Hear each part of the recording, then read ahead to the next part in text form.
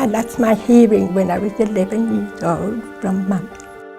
I don't have any natural hearing in either ear now. When I first went deaf, I lost about 50% straight away, and then the rest of it slowly disappeared until I was 36. Then from 36 until I had my implant when I was 44, I didn't have any hearing.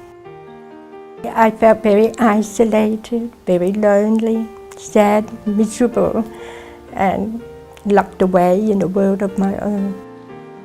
I had won a nursing bursary and I lost that when I had my medical test for it. They found out how deaf I was.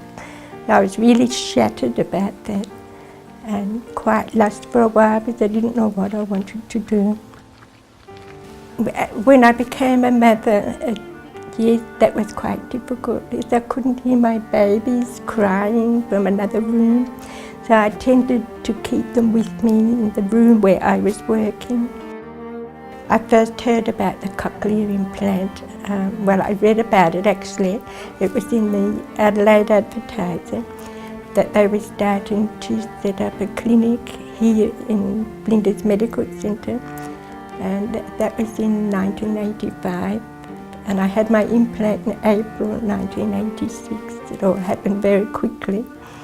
I honestly thought I would be deaf for the rest of my life. And after I had my implant, I always remember Marie coming home, knocking on the door, and I heard it and I answered it. And there was this little face shining, bright eyes. Oh, Mum, you heard me. You come and open the door. It was a huge change in my life. I felt like I'm just starting my life again, you know. There were so many opportunities there to go out and talk to people, tell them how good this implant was. It's something I couldn't have dreamt of doing before. And writing a book was a huge experience for me. I hadn't thought of doing anything like that before. There has been huge changes to my sound processors. My first one was a big bulky one. We had to wear a contraption hooked over our ears, a piece of wire. I loved that processor because it gave me hearing. And from this big bulky first one, I've now got a small slim line behind the ear one with a remote, which I've never had a remote before. And lots of programs and all kinds of options that I'm still exploring.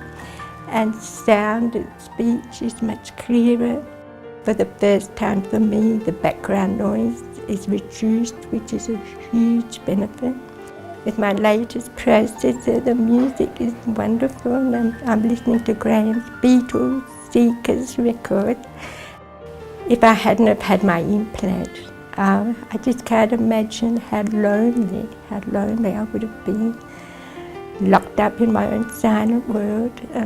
Life would have been so hard, and I think I would have been really miserable. The greatest gift my implant has given me is to be able to easily converse with my family and to be able to hear my grandchildren's voices and also to hear environmental sounds, rain on the roof, birds, thunder. I love thunder, and even my footsteps. It is a big decision to go ahead and have the implant, cochlear implant, and you can feel nervous beforehand, but I'd say go for it because it really alters your life and it gives you the world of sound back again, and you know, it's all good.